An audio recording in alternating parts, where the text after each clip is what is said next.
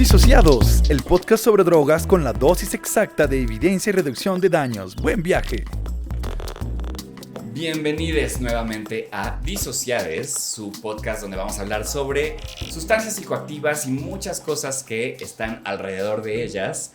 Yo soy Ricardo Baruch y pues estoy nuevamente súper contento de estar aquí con ustedes y por supuesto con mis queridísimos Mario y Drux. Mario, ¿cómo andas? Hola, ¿qué tal, Ricardo? ¿Qué tal, Drux? ¿Cómo les va? ¿Todo Pues, bien? sí, qué chido. Yo muy bien, porque además ya hemos recibido muchas dudas a partir de que salió publicado el primer episodio. Hay mucha gente que ya tiene inquietudes y pues pronto las vamos a juntar todas para que las podamos ir resolviendo.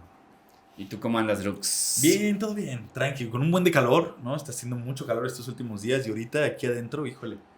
Y también feliz porque me tocó dar una charla que suelo dar seguido en varias universidades, ya la he dado, sobre sustancias, sobre sustancias psicoactivas y pues esta vez lo di en la Escuela de Medicina Médico-Militar. ¿Sí? Sí. Qué cool. Nos tendrás Sí, que estuvo platicar chido. más fuera del aire. Exacto. Ok. Sí, estuvo muy genial. Cool. Oye, y pues qué chido que las universidades se interesen porque siento que es de estos temas que es como, que tanto universidades como muchas otras instituciones es como de esto aquí no pasa, mi gente no hace esas cosas y si supieran. Claro, sí, exacto. Bueno, de hecho es como con un enfoque muy farmacológico y clínico, bueno, pero no, también. siempre yo le meto toda la parte así, pues, pues social, digamos, como La dimensión social. la dimensión social, sí, por supuesto, porque pues ellos van a ser los que van a estar atendiendo Ujú. a la sobredosis, ¿no? Entonces Claro. no puedes estigmatizar a la persona que está llegando, que ellos clasifican como pacientes, ¿no? Es para poner esta barrera. Claro. Entonces no puedes ahí pues, estigmatizar a tu paciente, ¿no? Esto obedece a contextos o dimensiones mucho más grandes que solo un usuario consumiendo una sustancia. Entonces, Cierto. sí, siempre me encargo de meter todo eso. Está genial. ¿No? Súper. Súper. Quiero. Oigan, pues Jalo. este es el segundo episodio, espero que ya hayan escuchado el primero, donde hablamos de 6 razones por las cuales estábamos haciendo este podcast y no sé, chicos, si quieren hacer un breve, recapitular un poquito de qué es lo que platicamos la vez pasada. Drux. Sí, pues bueno, hablamos un poco de como 6 razones, las que consideramos más importantes de por qué tenemos que estar hablando de esto. ¿Por qué tenemos que estar aquí en esta mesa platicando de sustancias psicoactivas, de drogas, de política de drogas, de farmacología en las sustancias psicoactivas? Y pues bueno, platicamos un poco de la visión que debemos estar implementando, de reducción de riesgos y daños, de que debemos alejarnos de esta visión punitivista. Provisionista, punitivista. Exacto. Sí, con visión de reducción de daños y riesgos. Totalmente. Sin estigma. Claro. También la necesidad de generar espacios de comunidad como este tipo. También del problema de fentanilo, ¿no? en México. Digo, todo fue así como muy por encimita, porque esperamos que cada uno de esos puntos sea un episodio en algún momento. Claro.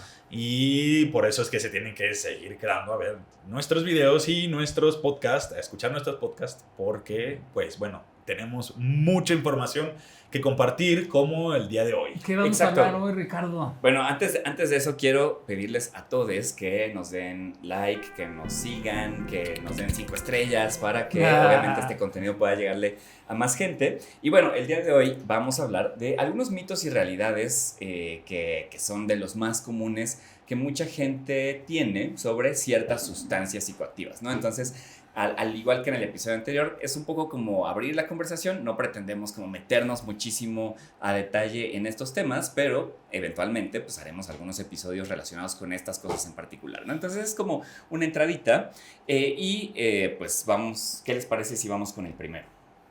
Que es, ¿el café es una droga? Tú, Drux, que eres nuestro experto Aquí farmacológico. deberíamos de poner una musiquita, ¿no? Así, el café es una droga. Y ya hacemos un close-up. Patrocinado por... Aguas con Sí, claro. Perdón, sí, micrófono.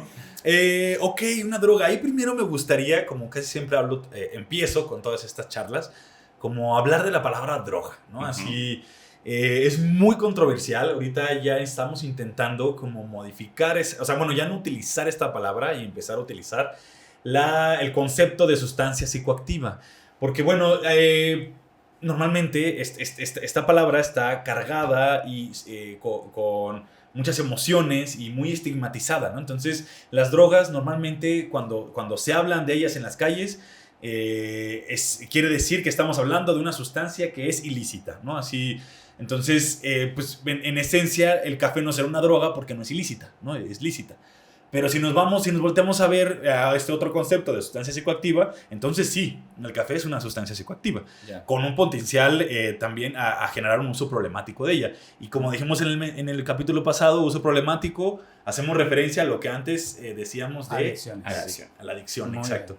Y entonces, pues bueno, de pronto nos van a escuchar hablar de adicción o que droga, pero recuerden que vamos a estar usando o intercambiando estos conceptos y como que con la intención de migrar a unos menos estigmatizantes, ¿no?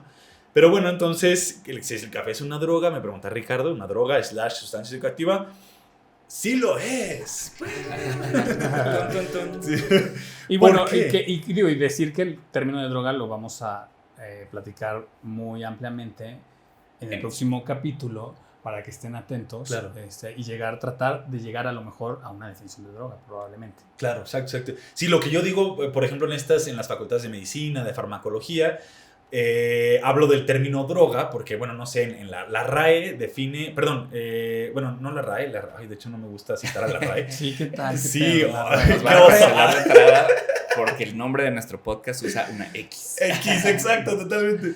Bueno, o sea, sí muestro definiciones de, una de ellas es la OMS, que bueno, esa también da un poco de pena por los conflictos, ¿no?, armados actuales. Pues bueno, pero la OMS define a la droga como cualquier sustancia que se utiliza para tratar, cuidar o prevenir una enfermedad, ¿no? Y entonces también la RAE es una es una definición muy parecida, que agrega algo así como cualquier sustancia de origen animal, vegetal, y la Secretaría de Salud también usa esa misma definición.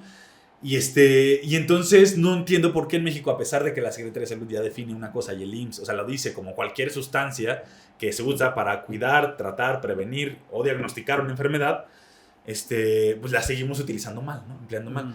Que, bueno, no me voy a clavar mucho ahí porque el siguiente episodio sí me gustaría empezar como empiezo en todas estas clases que doy en estas facultades de medicina y farmacología. Se me hace muy interesante la reflexión, muy bonita.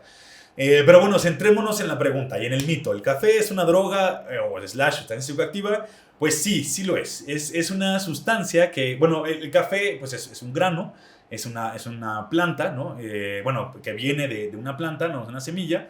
Y o bueno, más bien la planta se llama café, ¿verdad? O sí, sí, okay. Sí, ¿no? O es nada más los cafetales. Cosas, sí, cafetal. Cafetal, sí. Entonces, bueno, de ahí, del grano, se extrae la cafeína, ¿no? O sea, podemos extraer, bueno, se extraen muchas sustancias, no solo la cafeína, pero la que más tiene, una de las moléculas que tienen mayor concentración es justamente esta, la cafeína. Forma parte de unas moléculas que se llaman xantinas, que en su mayoría tienen efectos psicoactivos, o sea, son capaces de atravesar la barrera hematoencefálica. Esa es una barrera que protege a nuestro cerebro y que impide que entren cualquier otro tipo de moléculas pues, como nocivas o que no deberían de estar en nuestro organismo, ¿no? Aquellas moléculas que sí son capaces de atravesar esta barrera hematoencefálica, a pesar de ser nocivas, pues pueden llegar a atravesar y entonces tener un efecto sobre nuestro cerebro, ¿no? Entonces eso le llaman barrera hematoencefálica. Es como un tejido que recubre nuestro cerebro e impide la entrada de muchas moléculas. Estas xantinas, que forman parte de la cafeína, también está la teobromina, que está en el chocolate. Esa es un poquito menos efectiva. Y es, bueno, también una de las más famosas. Y bueno, y está también la teofilina.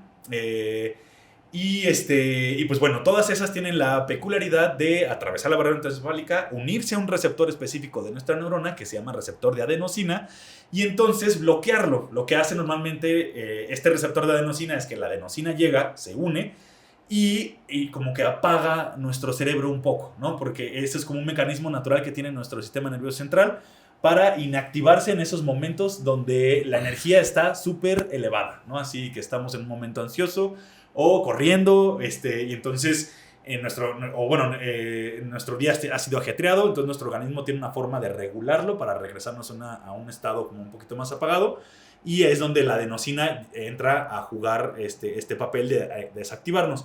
Pero entonces la cafeína, cuando se une, bloquea la adenosina, o sea, es decir, la adenosina ya no se puede pegar al receptor.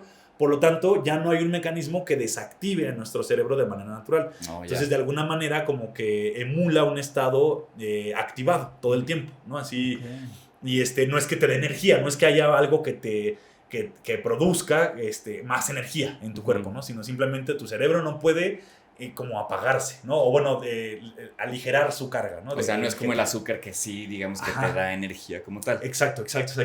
Y entonces, bueno, ya desde ahí, de esa explicación farmacológica, pues podemos ver que sí tiene un efecto psicoactivo, ¿no? Y entonces de ahí, como sí tiene una interacción estrecha con estructuras biológicas y un efecto psicoactivo notable, podemos caer en tolerancia, ¿no? La tolerancia normalmente, la tolerancia farmacológica, lo que quiere decir es que vamos a necesitar más dosis de una sustancia para producir el mismo efecto. O la misma dosis ya no está produciendo el mismo efecto, ¿no? Entonces, produce tolerancia, lo hemos notado, casi todas las personas que hemos consumido café en un momento de nuestra vida, pues de pronto sí caemos en esta situación en donde queremos otra tacita, ¿no? O no podemos iniciar nuestro día sin una taza de café, ¿no? Así... Eso es impresionante, ¿no? Y de ahí se mezcla un poco también con situaciones como de ritualitos, ¿no? Así que, híjole, el cafecito, queremos echarnos este cafecito para empezar nuestro día, y cuando no lo echamos, nos ponemos mal, ¿no? Eso también es un signo de dependencia, ¿no? La dependencia normalmente va acompañada de signos y síntomas es la dependencia farmacológica, que generan esta situación de malestar, ¿no? de estrés, ¿no? De que queremos consumir esa sustancia. Y también hay muchos reportes de que la cafeína en altas concentraciones puede llegar a producir como taquicardias, bueno, esa elevación de la presión arterial, y también, bueno, y incluso puede llegar a ser tóxica, ¿no? Así...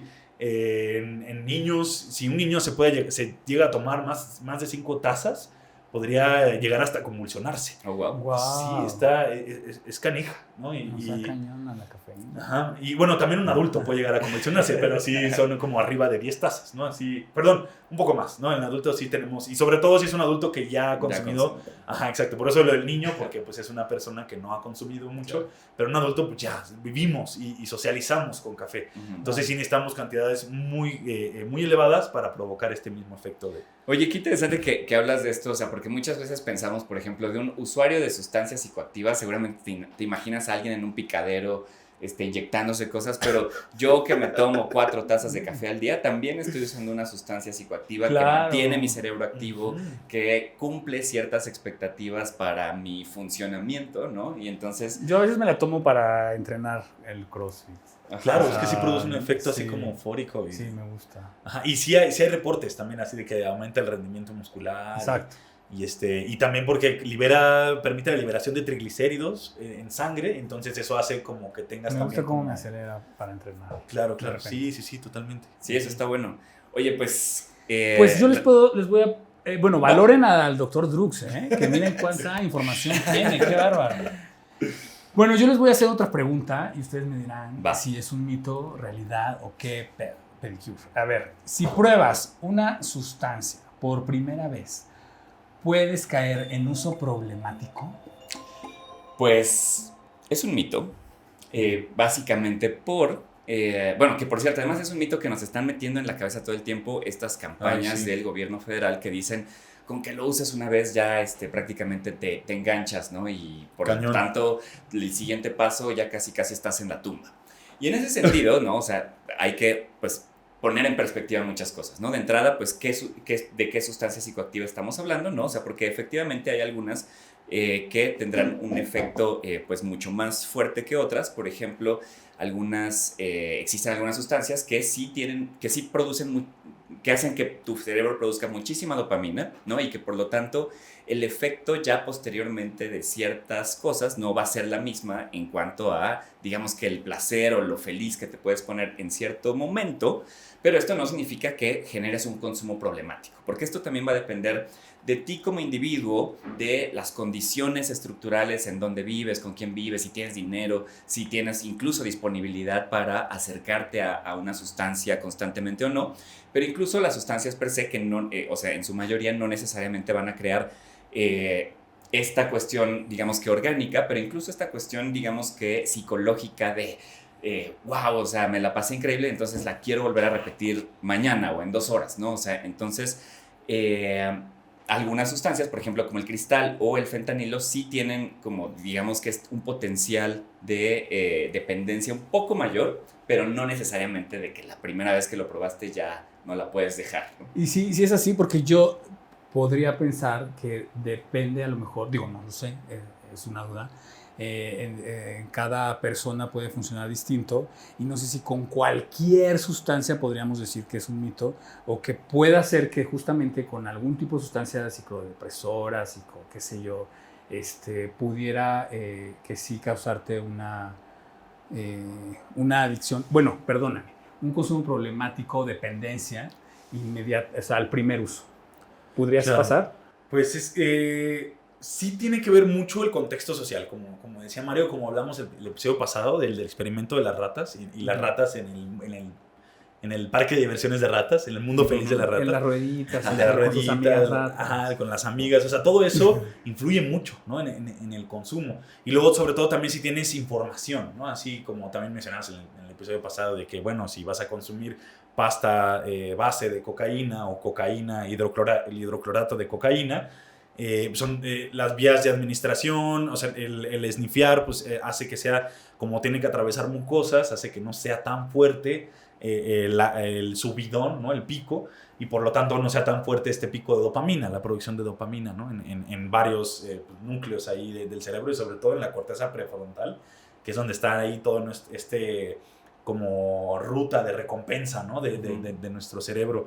Y pero por otra parte, en la pasta base o el crack, que sí se fuma, pues esa llega más rápido al cerebro, entonces da picos más elevados de dopamina, y por lo tanto existe una mayor posibilidad de caer en una, pues, dependencia, ¿no? Inmediata. Ajá, exacto. Que bueno, haz cuenta que en ese momento en donde está la dependencia como, pues, orgánica, ¿no? De que queremos consumir otro más, ahí es donde entra toda esta parte de dónde estamos, con quién estamos, quiénes somos, si gozamos de privilegios o no, y pues tenemos la posibilidad de decir, no, ya no quiero más, o sea, sé que me gustaría, pero no, estoy bien porque tengo que ir al rato a entrenar, o porque... O vivo con mi mamá o no tengo dinero. Exacto, son muchos otros factores que influyen, ¿no? en este fenómeno. Casuístico.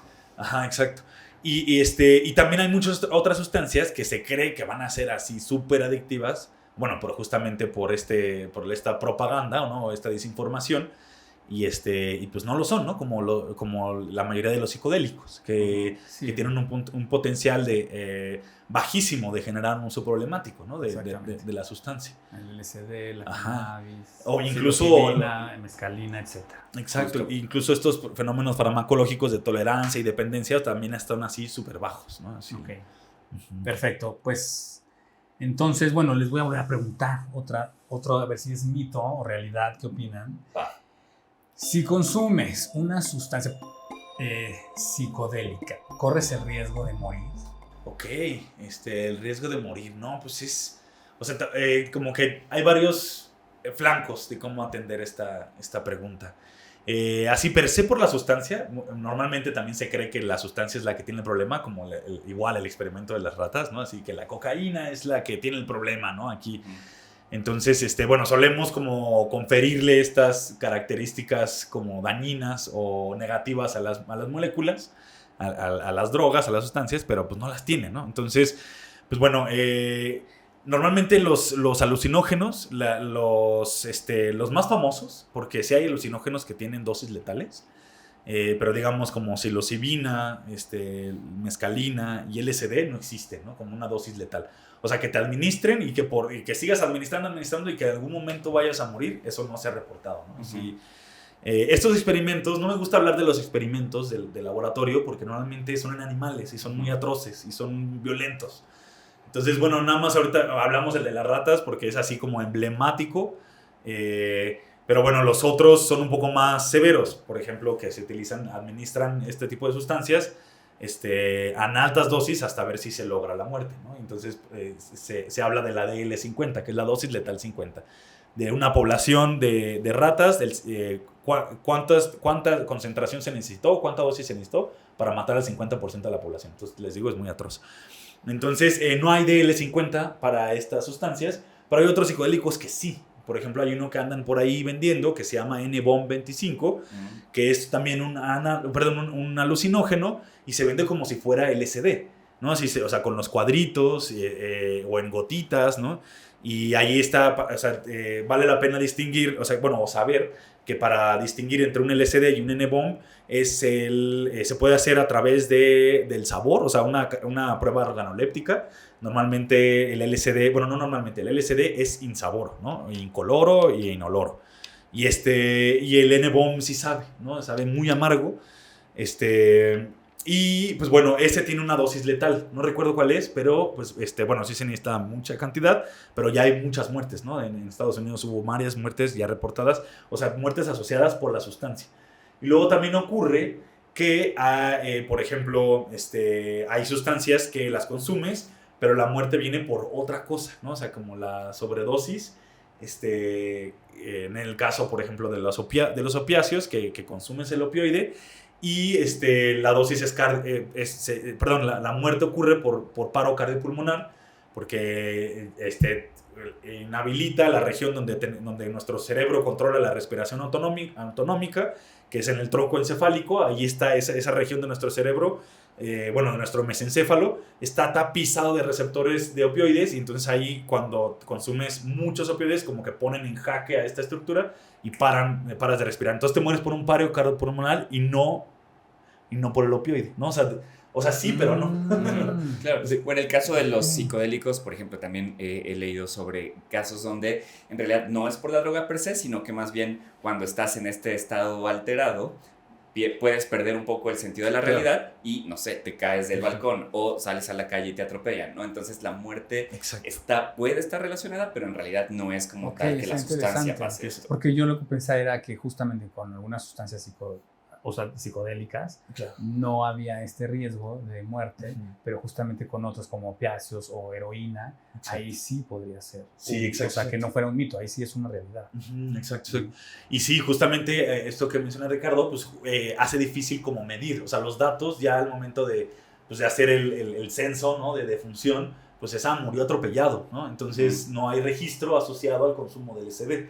Entonces eso hace que se disminuya también como el conteo real de los casos, ¿no? Claro, o por el contrario, en el caso del alcohol, ¿no? Que sabemos también que es muy complicado que o sea, sí existe la posibilidad, pero que por exceso de alcohol puedas morir. Sin embargo, si te subes a un coche y manejas, es muy probable que provoques un accidente en el que mueras tú u otra persona, ¿no? Entonces también ahí nuevamente hay como una mortalidad asociada a, pero no necesariamente la sustancia per se está haciendo que tú te mueras, ¿no? Sí, la sustancia en sí no te da deseos suicidas o, digamos, esta idea de que quieres justo, pues morir, ¿no? O sea, como que te vas a morir o por alguna cosa que te causó la sustancia. Exacto. Y aunque sí vale la pena como recalcar que los psicodélicos, el porcentaje es muy bajo, creo que es así, 5 de cada 100, ¿no? Tienen la posibilidad o la probabilidad, perdón, de caer como en un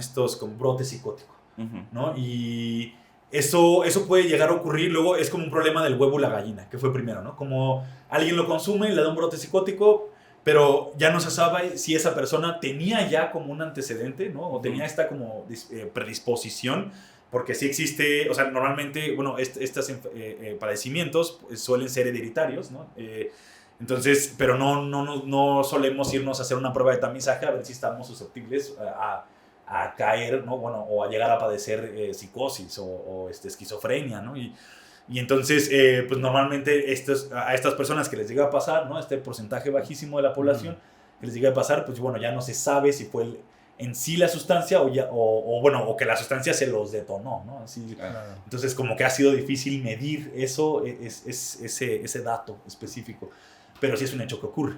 Sí, y yo creo que más adelante vamos a tener, digamos que hacer cosas, hablar más específicamente de estos efectos, de la mortalidad asociada con ciertas sustancias, ¿no? Ahorita psicodélicos, pero sí hay mucho interés, por ejemplo, hay mucha gente también que no sabe si el cristal, por ejemplo, te puede provocar una sobredosis o si los poppers, ¿no? Entonces, pero ya nos iremos metiendo poco a poco. ¿Cómo ven si vamos al siguiente mito?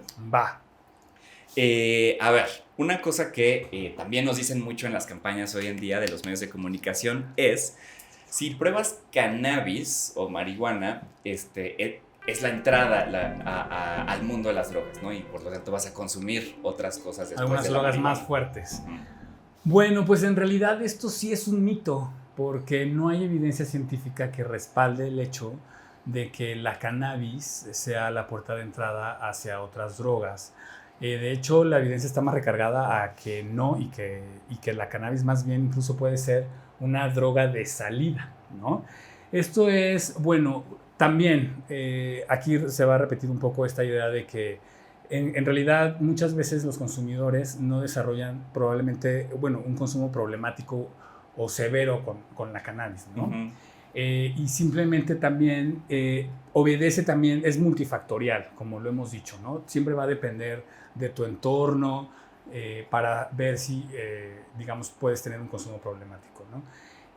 También es aquí mencionar que la legislación, como muchas veces ha ido, digamos, permitiendo la cannabis, el consumo, eso también ha ayudado a que no haya un consumo problemático y que no, pues, probablemente caer en conductas ilícitas que generen el estar en un ambiente que genere, pues a su vez, consumir otras drogas pues más fuertes que la cannabis, ¿no? Uh-huh. Y pues incluso, como les decía, puede ser más bien una droga de salida porque para personas que tienen un consumo de opiáceos o algunas otras drogas más fuertes, se ha utilizado la cannabis como de alguna forma medicinal para ir, digamos, que la otra persona pueda ir dejando o más bien tratándose, rehabilitándose de otras sustancias, de otras drogas más fuertes que consume. Claro.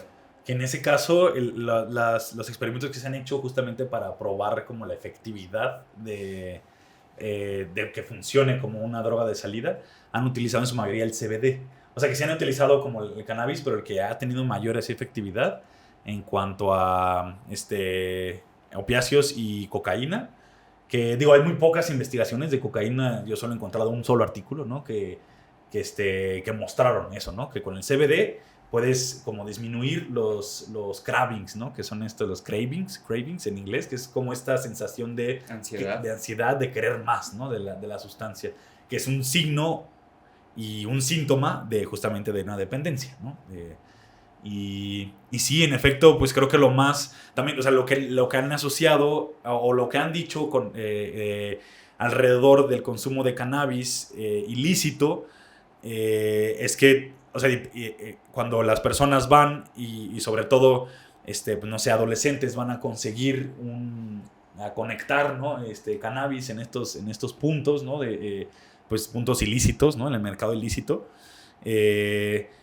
pues ahí como les muestran, ¿no? Como tienen también metanfetamina y tienen todos, ¿no? Que es un poco como lo que decías ahorita, ¿no? Que es como que pues están ahí disponibles. Entonces, pues sí, pero no es que per se la sustancia sea la que esté generando como que la persona entre o pruebe otras drogas. Y es por eso también como lo importante de la medida de reducción de riesgos y daños, ¿no? Como implementar estas medidas, o por ejemplo, hacer legal la cannabis, pues haría que ya no te desplazaras al punto donde, o sea, al lugar donde venden la cannabis ilícita, sino más bien irías al Oxxo, ¿no? Claro.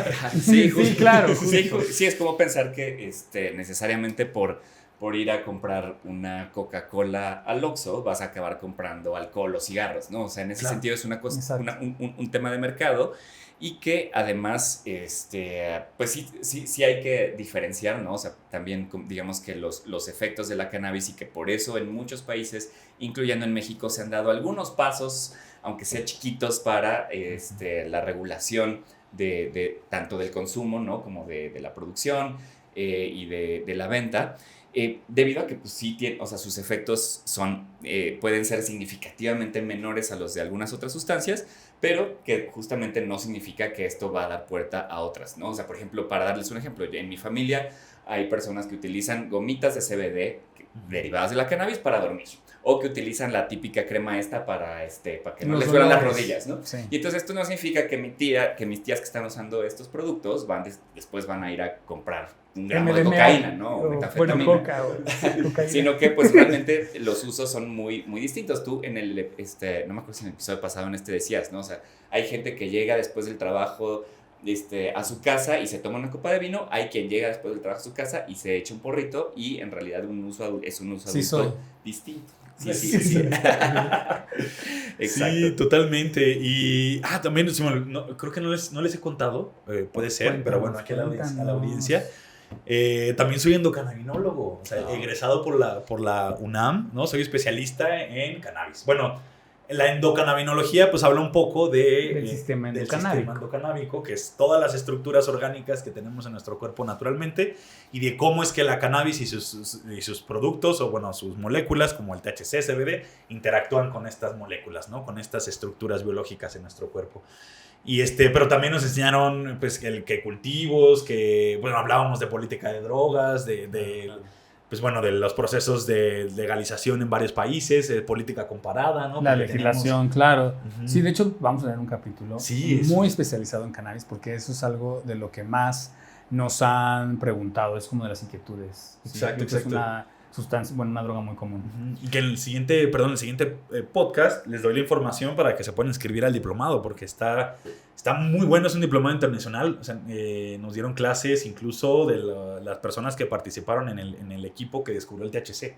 Y incluso nos dio clases el David Nutt, que creo que en el pasado no llegamos a hablar de él, pero vamos a llegar a hablar de él. Es súper importante en todos estos procesos de política de drogas y la implementación de la reducción de riesgos y daños, ¿no? Perfecto. Drux es un estuche de monerías. Así. Cada episodio descubrimos algo nuevo sobre él. Y las que te faltan de saber, ¿no? Exactamente. Muy bien. Bueno, ¿qué les parece si pasamos a nuestro quinto y último mito o realidad? Si usas psicodélicos, ¿te puedes quedar en el viaje? Ok. Claro, que es un poco parecido también a la otra pregunta de los psicodélicos, que me adelanté entonces, ¿no? Un poco, porque es justo esta parte del que mencionaba de cómo hay cierto tipo, o sea, hay un riesgo en el consumo de psicodélicos de que te dé un brote psicótico, pero no necesariamente también esos brotes, eso sí no lo dije, son permanentes, ¿no? Sí. Ajá, exacto, son... no me sé el porcentaje, ¿no? Pero la mayoría, todos los que yo me he enterado y de lo que he leído, pues todos son reversibles, ¿no? Así es, son agudos, ¿no? O sea, tienden normalmente como se suelen tratar, una forma es dar un antipsicótico, ¿no? O sea, es un fármaco, lo malo es que, pues bueno, estos fármacos no son como de tan libre acceso, ¿no? O sea, no es que tú vayas al Oxxo y digas, dame un antipsicótico. Claro. ¿Cómo cuál? La quetiapina, por favor. Y te la den, ¿no? Y ya, sí, es para mi viaje del domingo.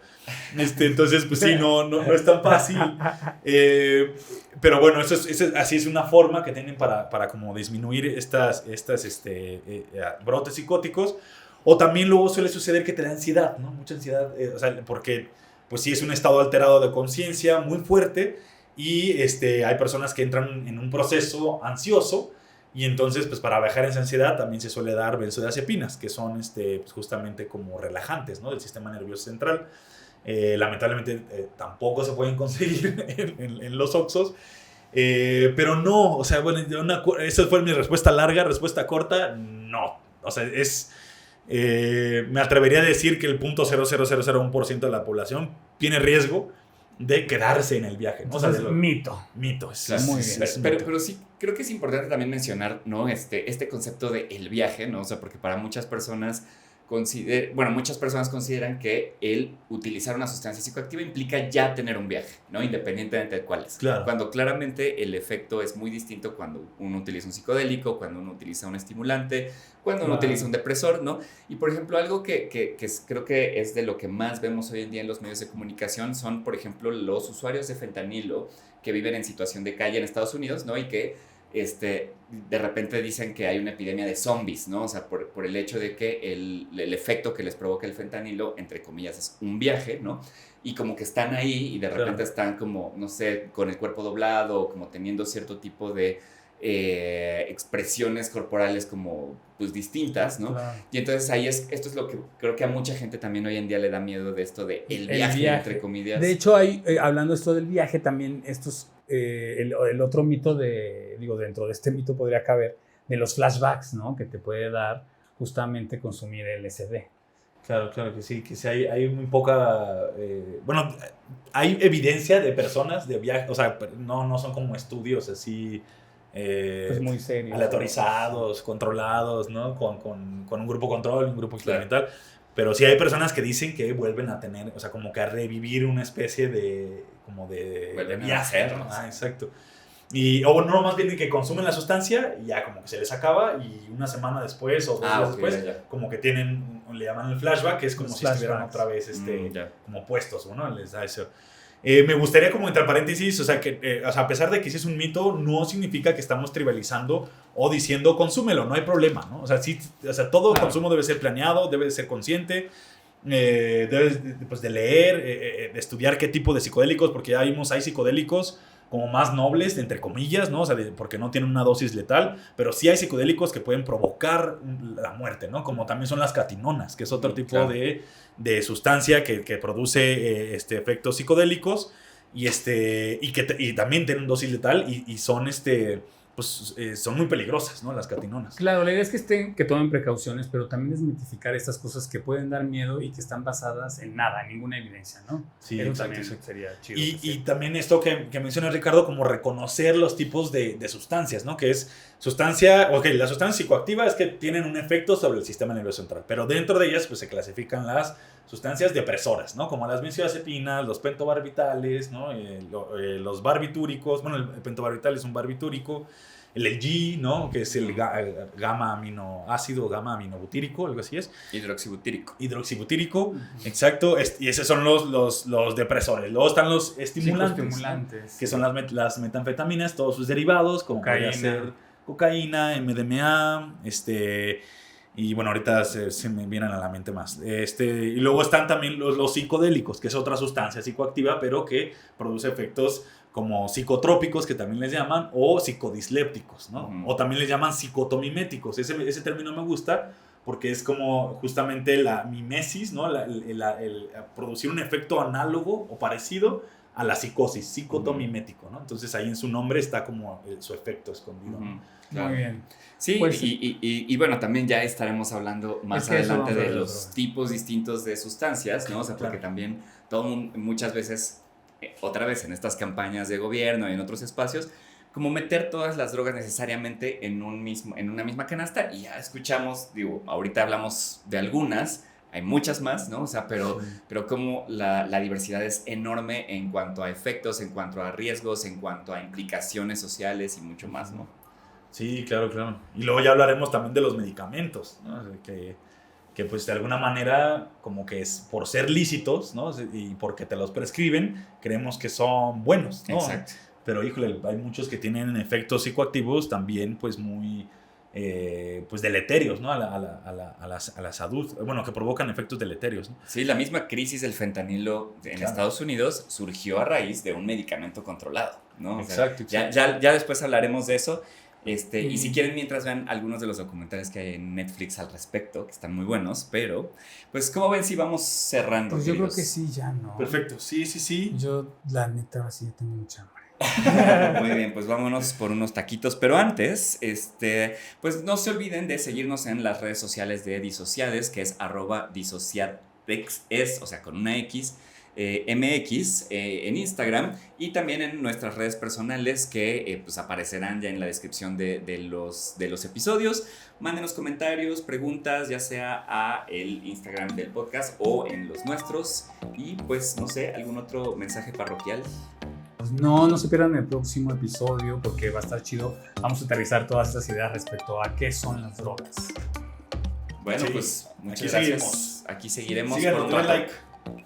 Compartan, bye. Nos vemos pronto. Adiós. Bye. Sí, compartan, bye. ¿Con hueva? Esto fue Disociados. Las opiniones aquí expresadas son únicamente de carácter informativo y no pretenden en ningún momento fomentar el uso de drogas. Nos escuchamos la próxima semana.